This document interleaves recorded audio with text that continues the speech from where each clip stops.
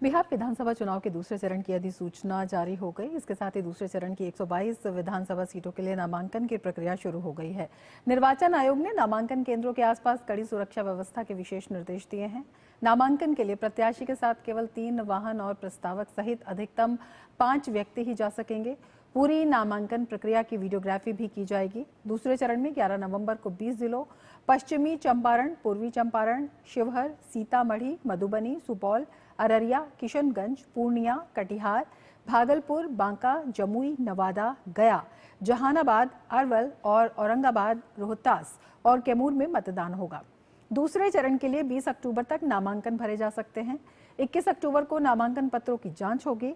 23 अक्टूबर तक नाम वापस लिए जा सकते हैं। दूसरे चरण का मतदान 11 नवंबर को होगा और मतगणना 14 नवंबर को होगी।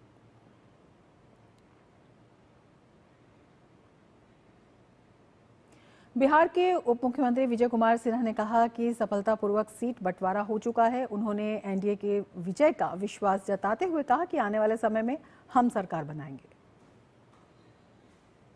एनडीए गठबंधन सफलतापूर्वक सहमति के आधार पर बिहार के जनता के हित में निर्णय लिया है और यह सफल रहेगा।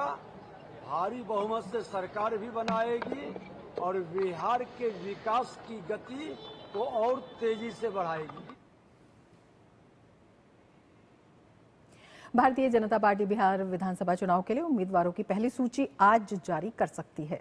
सत्तारूढ़ राष्ट्रीय जनतांत्रिक गठबंधन एनडीए ने कल सीट बंटवारे की घोषणा की थी। समझौते के अनुसार भारतीय जनता पार्टी और जनता दल यूनाइटेड 101 सीटों पर चुनाव लड़ेंगे।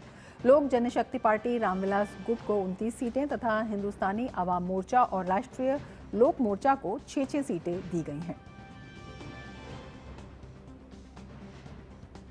और बिहार एनडीए में हुए इस सीट बंटवारे के बाद अब सबकी नजर महागठबंधन पर लगी है। महागठबंधन में सीटों का बंटवारा अब दिल्ली में तय होगा। महागठबंधन में शामिल दलों के नेता बिहार से दिल्ली पहुंच गए हैं। दिल्ली में आज कांग्रेस की सेंट्रल इलेक्शन कमेटी की एक अहम बैठक होने वाली है। इस बैठक में राहुल गांधी, मल्लिकार्जुन खड़गे और केसी वेणुगोपाल जैसे बड़े नेता शामिल होंगे। इस मीटिंग का मुख्य एजेंडा सीट शेयरिंग को लेकर आखिरी फैसला लेना है। सूत्रों के मुताबिक तेजस्वी यादव की इस दिल्ली यात्रा के दौरान उनकी कांग्रेस नेता राहुल गांधी से सीटों के बंटवारे को लेकर अंतिम बातचीत होगी। उम्मीद है कि आज शाम तक सीट बंटवारे का ऐलान कर दिया जाएगा।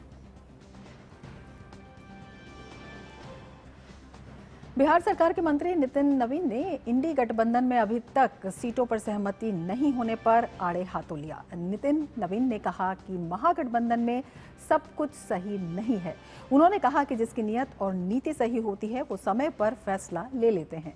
वहीं जिसकी नियत, नीति और नेतृत्व तय नहीं होता है वहां धोखा होता है, जो महागठबंधन में हो रहा है। नीति सही हो, नियत सही हो, नेतृत्व सही हो तो निर्णय भी सही समय पर हो जाता है। जिसके नीति में खोट हो, निर्णय सही नहीं लेने की क्षमता हो और नेतृत्व में भी कंफ्यूजन हो तो कहीं ना कहीं वहां पर हमेशा ठगे जाने का डर होता है और इसीलिए गठबंधन उस रूप से चलता है। और हमारे दो संवाददाता हमारे साथ जुड़े हुए हैं। कुमार आलोक जुड़े हुए हैं हमारे साथ और राजेश राज भी हमारे साथ जुड़े हुए हैं। कुमार आलोक, सबसे पहले आपसे पूछना चाहेंगे, एनडीए में तो जो सीटों का बंटवारा है वो हो गया है, लेकिन अगर महागठबंधन की बात करते हैं तो वहां पर कई पेच अभी दिखाई देते हैं। किस तरह से आप देखते हैं, कहीं ना कहीं जो सब कुछ सही होने की बात कही जाती है उसमें कुछ खटका लगता है? देखिए, जैसा कि आपने बताया कि कांग्रेस की कार्य समिति की, कांग्रेस चुनाव समिति की एक अहम बैठक, वो लास्ट और फाइनल आप समझें कि चुनाव से लगभग 114 उम्मीदवारों का जो लिस्ट इन्होंने बनाया है कांग्रेस ने, कि जरूरत पड़ने पर अगर गठबंधन नहीं हो तो और सीटों पर अपना दावा पेश करेंगे। वो तो बात की बात है, लेकिन अभी ये केंद्रीय चुनाव समिति की जो बैठक होगी कांग्रेस की, जिसमें कि मल्लिकार्जुन खड़गे, राहुल गांधी और केसी वेणुगोपालन रहेंगे, तो 3 बजे के लगभग वहां पर स्थिति स्पष्ट हो जाएगी कांग्रेस की। और उसके बाद शाम में तेजस्वी यादव मिलेंगे राहुल गांधी, मल्लिकार्जुन खड़गे से, और जो सीट शेयरिंग की जो बात है वो लगभग फाइनल हो जाएगा, ऐसा सूत्रों का कहना है।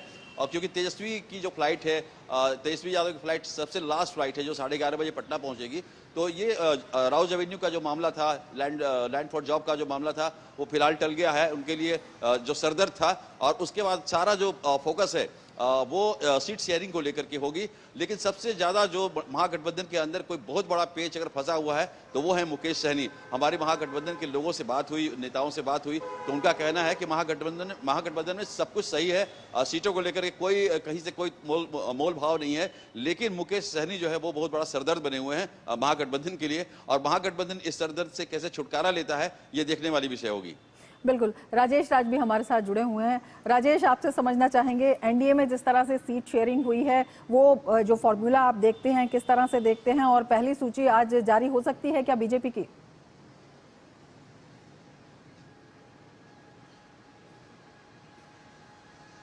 में बताया भी कि 101 पर बीजेपी और जेडीयू यानी नीतीश कुमार अब बिग बॉस नहीं रहेंगे, बल्कि अब दोनों जुड़वा भाई हो गए हैं और बीजेपी और जेडीयू दोनों 101 सीटों पर लड़ेंगे चुनाव। और कहीं ना कहीं 6 सीटों पर उपेंद्र कुशवाहा और जीतन राम मांझी को 6 सीटें मिली हैं। दोनों बेहद नाराज बताए जा रहे हैं। हमने देखा कि जीतन राम मांझी पहले भी उन्होंने ट्वीट करके कहा था कि दे दो हमको 15 ग्राम और रखो अपनी धरती तमाम, यानी 15 सीटों का डिमांड उनका भी था। इसके बावजूद जब वो पटना की ओर कल कूच किए तो उन्होंने कहा कि हम अंतिम दम तक प्रधानमंत्री के साथ होंगे, लोग इसका कोई गलत अर्थ ना लगाए, यानी पटना जा रहे हैं तो नाराज होकर नहीं जा रहे हैं। ये उनके ट्वीट का लब्बो-लुआब था। और अभी उपेंद्र कुशवाहा का जो ट्वीट आया है, उस उपेंद्र कुशवाहा ने भी अपने ट्वीट में एक शेर का जिक्र किया है। उन्होंने कहा कि फलक की जिद है जहां बिजलियां गिराने की, हमें भी जिद है वहीं आसियां बसाने की। उन्होंने रात एक ट्वीट किया था, उसमें उन्होंने कहा कि आज बहुत सारे लोगों के, कार्यकर्ताओं के घर में भोजन नहीं बने होंगे, और अगर बने होंगे तो लोगों ने खाया नहीं होगा।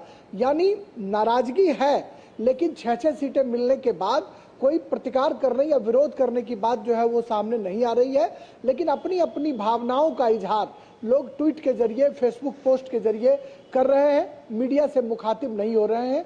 अब ये तमाम लोग पटना पहुंच चुके हैं, और पटना कल भी जब केंद्रीय चुनाव समिति की बैठक हो रही थी, रमा जब भारतीय जनता पार्टी के दफ्तर पर, तो विनोद तावरे जो प्रभारी हैं उन्होंने कहा कि हम कल पटना कूच करेंगे। और ये उम्मीद की जा रही है कि पटना जाकर अपने अपने प्रत्याशियों के नामों का ऐलान किया जाएगा। तो ये उम्मीद की जा रही है कि देर शाम तक आज जो है भारतीय जनता पार्टी अपनी लिस्ट जारी कर सकती है। इस पर तमाम लोगों की नजरें टिकी हुई हैं।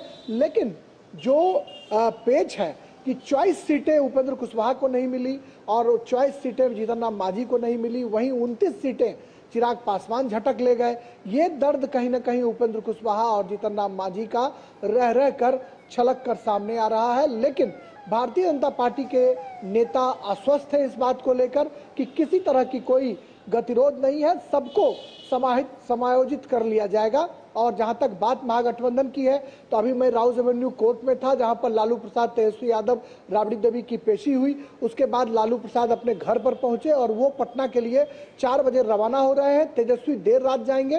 तेजस्वी यहां से निकलकर अपने दूसरे ठिकाने पर जा चुके हैं। और ये माना जा रहा है कि सीईसी कांग्रेस की जो बैठक है, उस बैठक के बाद मल्लिकार्जुन के खड़गे के घर पर तेजस्वी यादव और खड़गे साहब, राहुल गांधी, इन लोगों की मुलाकात होगी। मुकेश सहनी से भी मैंने सीधे शब्दों में पूछा कि बैठक कब है, तो उन्होंने कहा कि अभी समय निश्चित नहीं है, लेकिन हम मिलेंगे और जल्दी ही सब कुछ जो है उसको रिजॉल्व कर लिया जाएगा।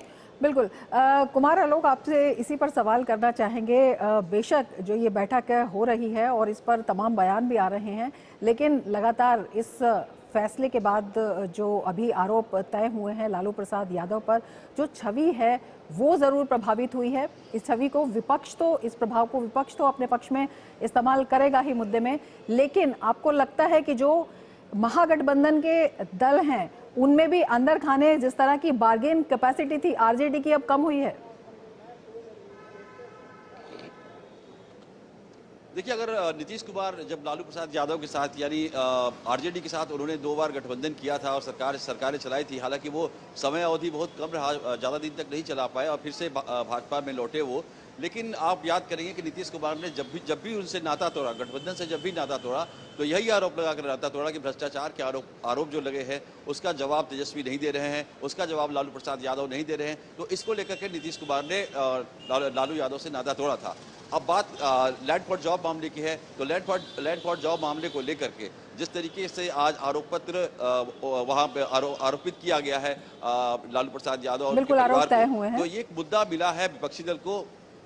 आरोप तय हुए जी, आरोप तय हुए, तो उसके बाद ये एक मुद्दा राजनीतिक दलों को मिलेगा, विशेषकर विपक्षी दल को, एनडीए को ये मिलेगा, क्योंकि आप देख सकते हैं कि पशुपालन घोटाले का जो एक तरह से धब्बा उन पे लगा है राजनीति में 94 की हम बात जब उन पे लगा, पशुपालन घोटाले में वो जेल गए थे और उसके बाद लगातार वो जेल जाते रहे और पशुपालन घोटाले से जो उनकी छवि खराब हुई, चारा घोटाले को लेकर के तरह तरह के उपनाम दिए गए उनको, हालांकि जो उपनाम दिए गए उसे नहीं बोलना चाहिए, लेकिन उससे दाग धुले नहीं थे कि ये दूसरा दाग उन पे लगा है लैंड फॉर जॉब को लेकर के।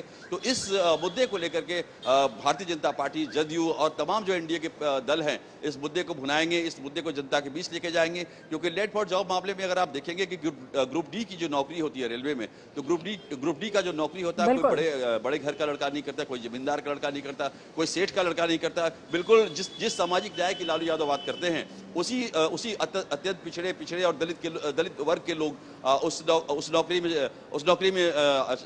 ध्वस्त होता हुआ दिखाई देता है, बिल्कुल। और उसके बदले उन्हें जमीन अपना देना पड़ा था। तो सामाजिक न्याय के जो पक्षधर हैं और वो सामाजिक न्याय के लोगों का ही गला घोटते हैं, तो इसको लेकर के जो एनडीए है वो जरूर जनता के बीच जाएगी और ये समझाएगी कि कैसे लालू प्रसाद यादव और उनका जो पूरा कुनबा है किस तरीके से लैंड फॉर जॉब मामले में अति पिछड़ों और सामाजिक न्याय की जो धारा है उस धारे में रहने वाले लोगों के साथ अन्याय किया है। बिल्कुल, बड़े दिलचस्प समीकरण जो है वो बनते हुए दिखाई देते हैं। बहुत शुक्रिया आपका कुमार आलोक और राजेश राज हमसे जुड़ने के लिए और तमाम जानकारी हमारे साथ साझा करने के लिए।